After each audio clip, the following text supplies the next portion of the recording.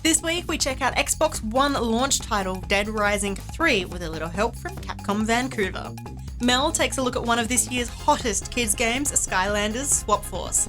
And we find out a little bit more about what Eidos is doing with that mysterious Thief reboot. This is Player Attack.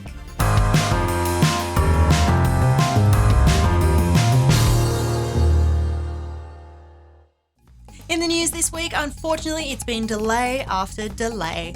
Sony's showcase PS4 social racer Drive Club has officially been pushed back, with the publisher announcing that the development team requires more time in order to deliver on their vision. Drive Club was intended to be a launch title for the PlayStation 4, but is now not looking at a release date until sometime in 2014, which has taken the wind out of Sony's sails. However, there is one publisher who's been hit even harder by delays, and that is Ubisoft. The French company announced it was postponing two of its new generation titles. Firstly, its own racing game, The Crew, will not be seeing the racetrack until the second half of 2014, but that was the smaller announcement of the two. Flagship next-generation hacktastic action game Watch Dogs will now officially not be on shelves until mid-next year, predicted to be sometime after March. While gamers around the world are devastated by the delay, Ubisoft shareholders are voting with their wallets. Stock prices plummeted by nearly 30% in the 24 hours following the announcement. Making things even more complex, Watch Dogs was used by many retailers as a bonus title in new console bundle packs. The friendlier stores are staying good to the pre-made deals, offering a PS4 or Xbox One at launch with a copy of Watch Dogs following when the game is finished. Others are cancelling the entire package, forcing gamers to join the end of the already crowded queues for consoles. And speaking of crowded queues, there will be plenty of those in Melbourne next year as the second PAX Australia kicks off a little over 12 months from now. Rather than returning to the sort of cold, damp mid-winter that only Australia's southeast can muster, the event will now be held from October 31st until November 2nd. And while the show is staying in Melbourne, it is moving away from the showgrounds and into the convention centre. That is, a venue 3 times larger, meaning there will be plenty of space for panels. Meanwhile, Blizzard has officially confirmed that the mysterious trademark registration a little while ago really was referring to the game formerly known as Blizzard All-Stars, which is the StarCraft 2 mod formerly known as Blizzard Dota.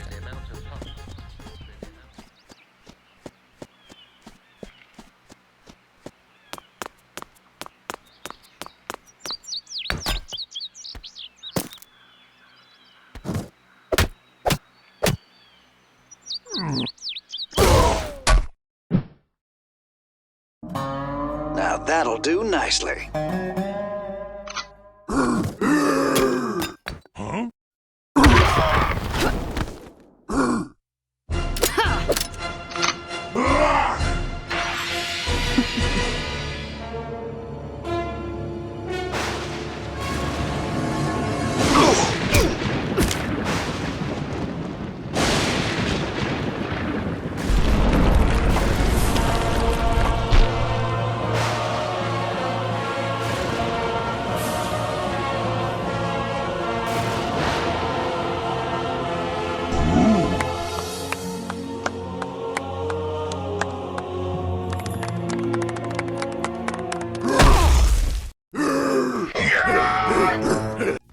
The announcement was somewhat unexpected, as fans were anticipating a big reveal at next month's BlizzCon in Anaheim. But with the BlizzCon timetable officially taken up with events focusing on the new game, the publisher has let the cat out of the bag nice and early. In other news, the team at DICE took a lot of notes during the recent Battlefield 4 beta test and has published a lengthy list of all the things that will change before the game launches at the end of the month. Among a list of standard bits and pieces like balance tweaks, server filter options, performance improvements, and updated console controller layouts, there is an interesting tidbit for the Siege of Shanghai. Although the studio agrees that it is an interesting concept to use elevators as catapults or teleporters, that's not quite how things work in the real world, and the gameplay bug will be fixed in the final version of the game. Also getting updates and tweaks is The Last of Us, which has been given 4 new maps to help beef out the multiplayer elements of the game. If you have a season pass, you've probably already downloaded this one, but if you don't, it'll set you back about $10. SimCity also has new content on the way, with Cities of Tomorrow due out on November 12.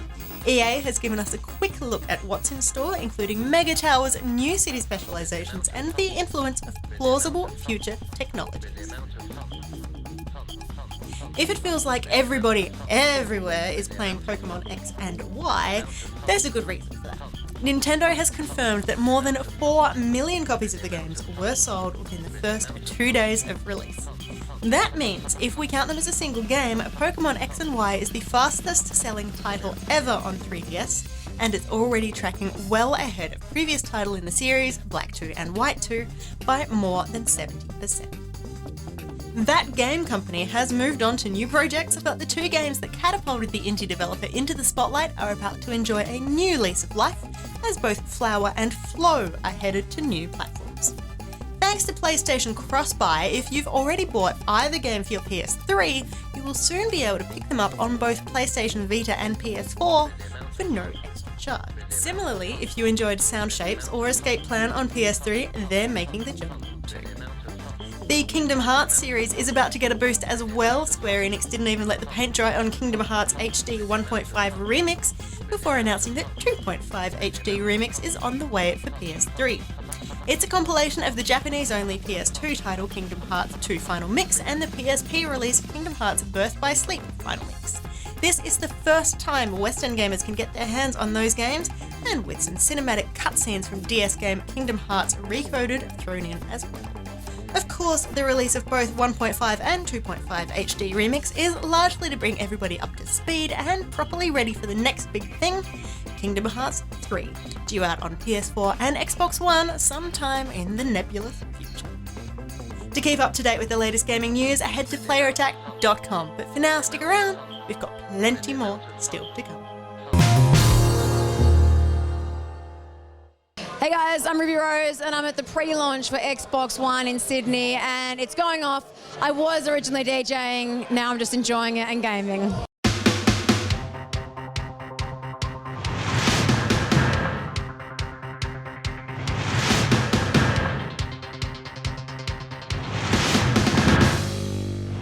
At the moment, I've got my film coming out soon called Around the Block with Christina Ricci, set in Redfern in Sydney, about sort of the Indigenous community there and just life's challenges. And it's such a beautiful film that I'm so happy to be part of.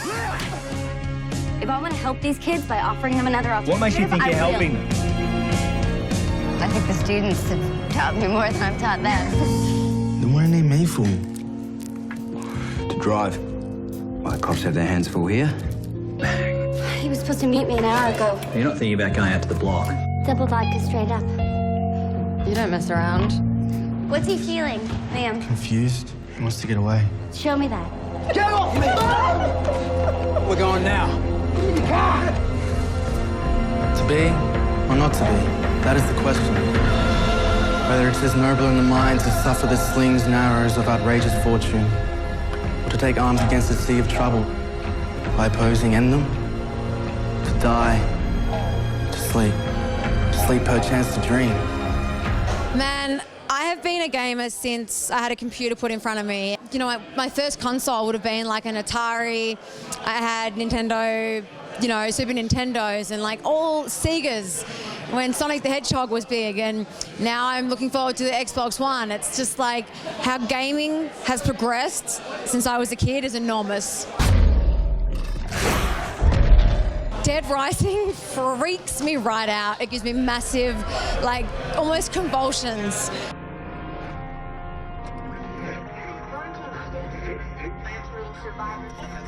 We've not yet confirmed the cause of the ongoing outbreak. Therefore, in 6 days, we will have no choice but to deploy a large incendiary bomb, destroying all organic life within the city limits. My name is Mike Jones. I'm from Capcom Vancouver. I'm here today talking about Dead Rising 3 exclusively on Xbox One. Huge open world, full of zombies, full of weapons. Anything and everything is a weapon. You get dropped in there. It's up to you to survive. Play how you want, act like you want, take it seriously or not. It's up to you to get out of the city before they nuke it and the zombie apocalypse takes over the world.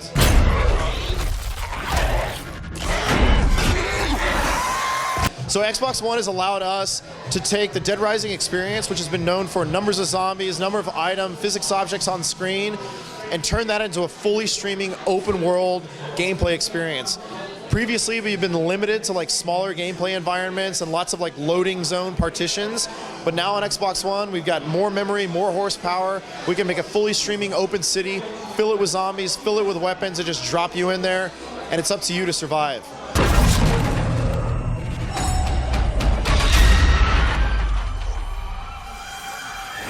This is going to be the best Dead Rising 3 yet. It's bigger, it's better. We got more zombies, more weapons, more combo weapons.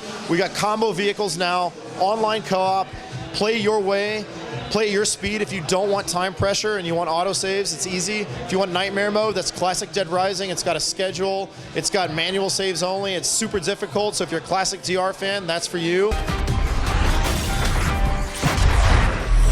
We've also got cameos from previous Dead Risings. Other characters are going to show up. We're going to answer mysteries and questions from Dead Rising 1 and 2. Nick Ramos, our main character, is like very, very attached to Dead Rising history and lore. We haven't talked a whole lot about the story, but we hope you guys enjoy the narrative experience we've crafted for you.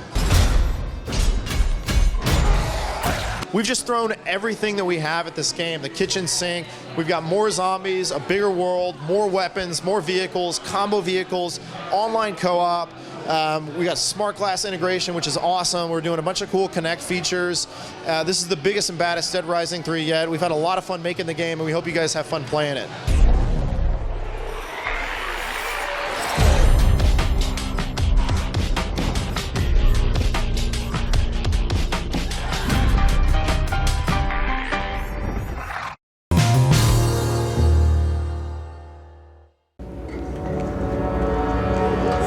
Those that believe the perfect heist lies in the preparation.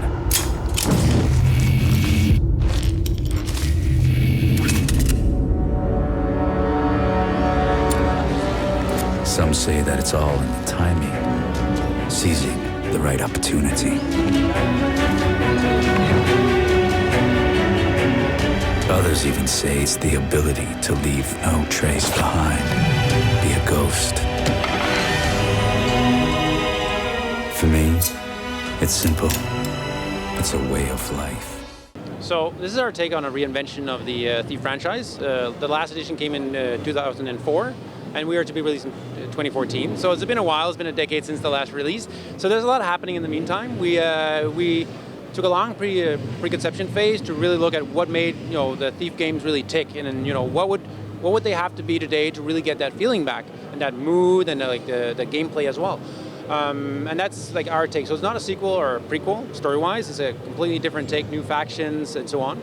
You're still Garrett, you're still in the city, and so people from that played the original series will be able to find some cues here and there to tie back to the old games. I think because of the resetting, the reinvention, a lot of new fans will be able to pick it up and maybe get a good sense of what this was about and hopefully enjoy it.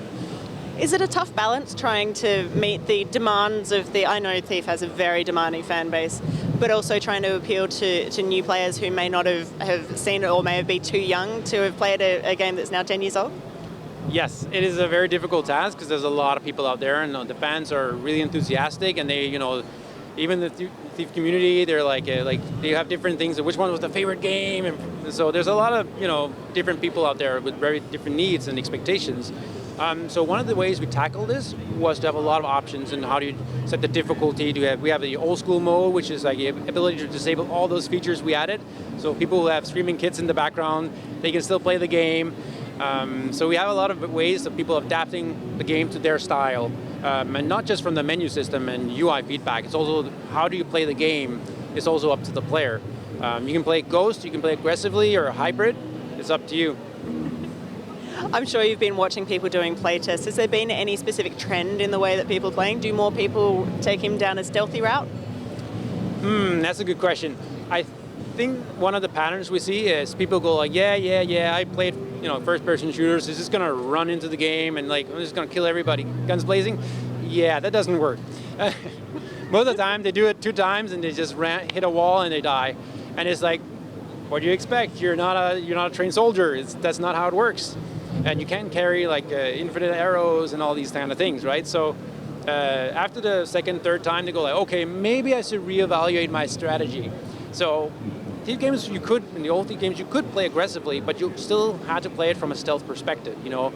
And the same as in like this version of Thief, you have to play from the shadows if you want to play aggressively.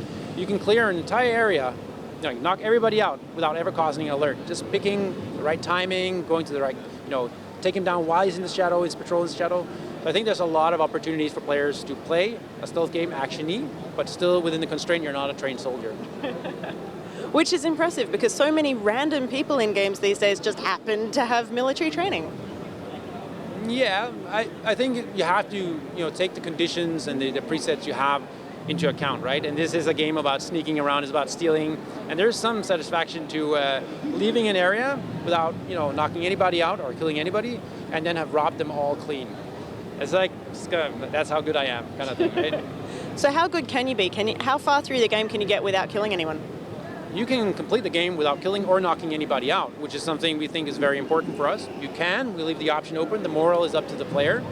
I think a lot of, you know, a lot of the feedback we've been getting is it looks really easy to play when, you know, the developers are playing it, but when they play themselves, they see there's a whole new level to like mastering this game. Basic stuff, fine, but really mastering it and really being able to avoid all the things is it's going to be a challenge. We are coming up to the busiest time in the gaming calendar, the dreaded holiday season, and there are some major new releases on the way in the next couple of months, including Call of Duty Ghosts, the brand new FPS from Activision and Infinity Ward. And thanks to Activision and Mother, we have a year's supply of Mother energy drinks to give away. That is 365 cans of caffeine, taurine and guarana, guaranteed to keep you awake for just a little while longer, no matter how late you stayed up the night before fighting against the Federation. In order to win a year's supply of Mother, all you have to do is head to playerattack.com and tell us, in 50 words or less, what game you are most looking forward to this holiday season.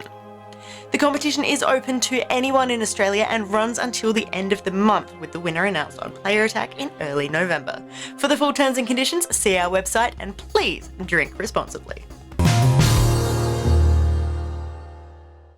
According to the map, Iron Jaw Gulch is somewhere to the west. East. Either way, we're heading in the wrong direction. Probably. You know what? It'll be fine. Of course it'll be fine. Embrace the adventure, Flynn. You know what your problem is? You rely too much on maps and machines to find your way. You ignore your instincts. I happen to like machines. And ignoring my instincts is the only reason I'm even getting on this bird. Spyro the Dragon burst onto the original PlayStation all the way back in 1998. In the 15 years since, he's appeared in 13 different games. While he doesn't play a big role in Skylanders Swap Force, the character's late 90s arcade adventure puzzle roots are clearly showing.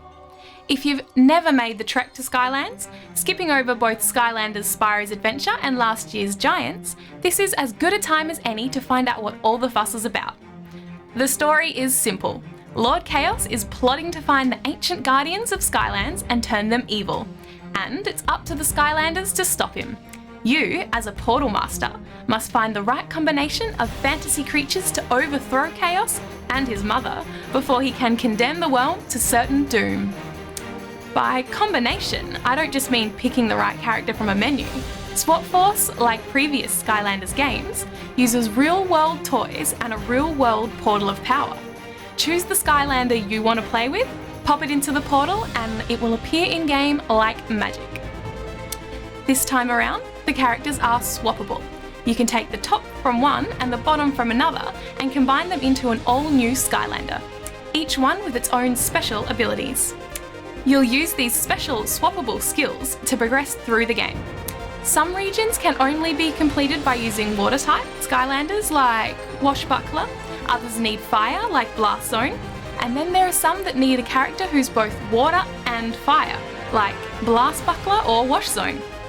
There are 16 swappable Skylanders that you can get for Swap Force, adding up to 256 possible combinations. And the in-game marketing department doesn't let you forget that you really should pick up every single one, as they all have their own parts to play. While you technically could 100% Skylanders Giants with the single figure you got in the starter pack, there are areas from the Swap Force world that you simply cannot access with the 3 figures you already have. This means either you have to do away with your notions of completion, or you have to pick up extra characters in order to find all of the winged sapphires, unlock all of the gates, and wear all of the hats. Your old characters will work, by the way. In fact, some gates need giants to open them. But back to the game itself, swappability isn't the only new thing added to Swap Force. Your Skylanders can now jump. Finally, no more relying on bounce pads. The game now feels much deeper and more multi-layered, not to mention more interesting to explore. Wander through the lava-filled caves and lush jungle scenes, each one filled with treasure chests, collectible items, and plenty of objects to smash. And it's stunning. The game is a joy to look at. All bright colours and flashing lights, the animation glitches of previous titles are well and truly fixed. This year's new issue, a camera angle that always seems to be in the wrong place at the wrong time. Maybe I'm spoiled, but I found myself reaching for the right stick trying to move my viewpoint around. If you look carefully, you might see evidence that Skylanders Swap Force boasts a detailed action RPG tucked away under its child-friendly platformer exterior. Each character, each half a character, top and bottom, can be upgraded as you progress through the game, resulting in a unique skill set tailored to your gameplay style. It might not have something for everyone, but what it does have is pretty special. Kids are inevitably going to fall in love with Swap Force all over again. Grown-ups might not feel the need to hunt this one down for themselves, but more than a couple of mums and dads are going to be playing this one at night after the kids have gone to bed. There are 3 save game slots now, by the way, so you can keep your adventure separate. Skylanders Swap Force is probably best described as a combination of video game and real-world toy collection. The game itself comes with a Portal of Power and 3 new figures, Washbuckler and Blast Zone, who are swappable, and Ninja Stealth Elf, who's not. The single-player storyline is able to be completely finished with just these 3 characters. To unlock more of the Swap Force world, you'll also need at least 5 more figures plus a giant to cover all 8 elements and giant-specific tasks. These are available in games retailers and are also popping up around the place secondhand if you want to save a bit of money. And that's about it for this edition of Player Attack. Thanks for watching. Next week, we go a little bit comics mad with not 1, but 2 games from DC in the spotlight. If you're into third-person action, Jimmy the Geek chats to the developers of Batman Arkham Origins. Prefer multiplayer online battle arenas? Check out Infinite Crisis, which is on the way from Turbine. Of course, on the off chance that you don't like comic books, we've got some pirates for you as well, as we catch up with our old friend Ashraf from Ubisoft to talk about Assassin's Creed 4. In the meantime, you can catch us on playerattack.com. We're on Facebook, YouTube and Twitter, and if you've got something you want to say, send us an email, mailbox@playerattack.com, or just hop on our forums. Till next week, I'm Jessica Citizen, and this is Player Attack.